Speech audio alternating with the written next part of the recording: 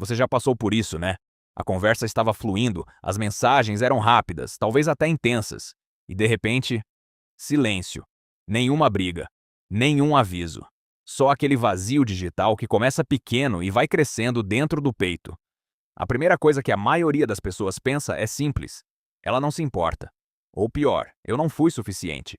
Mas e se eu te disser que, em muitos casos, desaparecer não é sobre indiferença, é sobre excesso? A verdade que quase ninguém conta é que algumas pessoas somem porque sentir, para elas, é uma experiência barulhenta demais. Não é falta de emoção.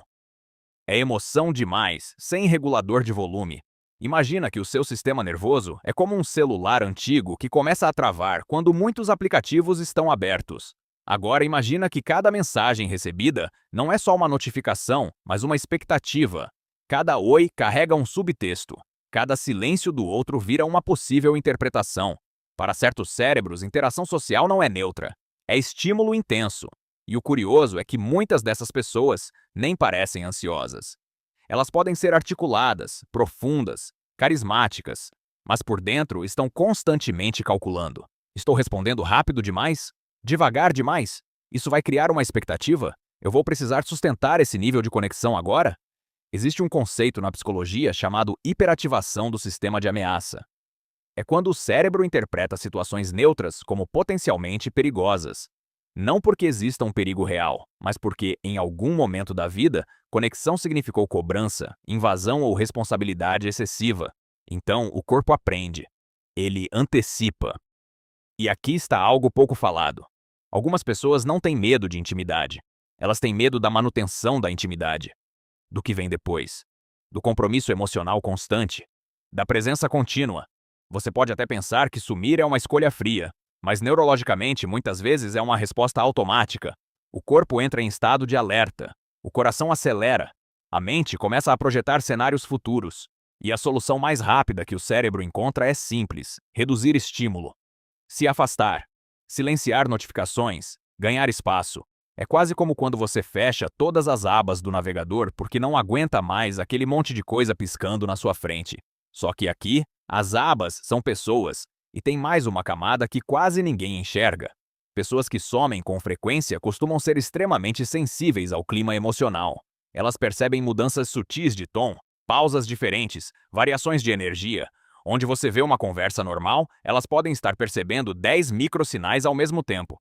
Isso é uma forma de hipervigilância emocional. Essa sensibilidade pode ser um dom. São pessoas que leem ambientes com facilidade, que captam sentimentos antes mesmo de serem verbalizados. Mas o preço é alto, porque sentir demais cansa. Já reparou como algumas pessoas conseguem conversar por horas e continuam leves, enquanto outras precisam de silêncio absoluto depois de um simples encontro? Não é antipatia, é processamento interno. Existe também a dinâmica do apego evitativo, que muita gente interpreta de forma simplista. Não é que a pessoa não queira conexão. Muitas vezes ela quer. E muito. O problema é que proximidade ativa uma sensação de perda de autonomia. Como se envolver significasse perder espaço interno. Então o padrão vira esse ciclo estranho. Aproxima, sente intensamente, percebe a responsabilidade emocional crescendo, entra em alerta. E se afasta para recuperar controle. E quando se afasta, sente culpa. E quando sente culpa, às vezes se afasta ainda mais. Percebe como isso não é maldade? É desregulação. Tem um detalhe ainda mais desconfortável. Às vezes, a pessoa que some não está fugindo de você. Está fugindo da versão dela mesma que aparece quando está conectada. A versão que sente mais, que se importa mais, que fica vulnerável. E vulnerabilidade, para quem aprendeu cedo que depender é arriscado, parece uma ameaça silenciosa.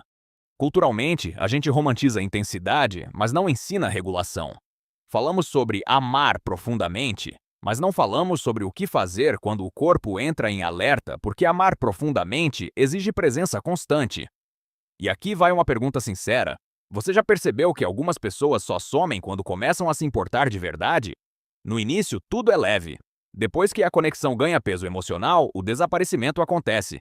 Isso não significa que o comportamento não machuca. Machuca sim. O silêncio dói, a incerteza corrói. Mas entender o mecanismo por trás não é o mesmo que justificar. É compreender. Do ponto de vista neurobiológico, o sistema nervoso busca segurança acima de tudo. Se ele interpreta a continuidade emocional como sobrecarga, ele vai escolher distância. Não por estratégia social, por autopreservação. E talvez a verdade mais difícil seja esta: algumas pessoas somem porque nunca aprenderam a permanecer. Permanecer em conversas desconfortáveis. Permanecer em emoções intensas. Permanecer quando a expectativa cresce. Elas aprenderam a sobreviver se retirando. Agora deixa eu virar a câmera um pouco para você. Você já sumiu assim? Já deixou mensagens acumularem não por desprezo, mas porque a simples ideia de responder parecia exaustiva? Já sentiu que, ao responder, estava assinando um contrato invisível de disponibilidade? Se sim, talvez o que você precisa não é se rotular como frio ou complicado. Talvez você precise aprender regulação emocional. Aprender que presença não é prisão. Que conexão não precisa ser desempenho constante. E se você está do outro lado, esperando resposta, interpretando silêncio, talvez a pergunta não seja por que não sou importante? Talvez seja o que essa pessoa sente quando a conexão começa a ficar real?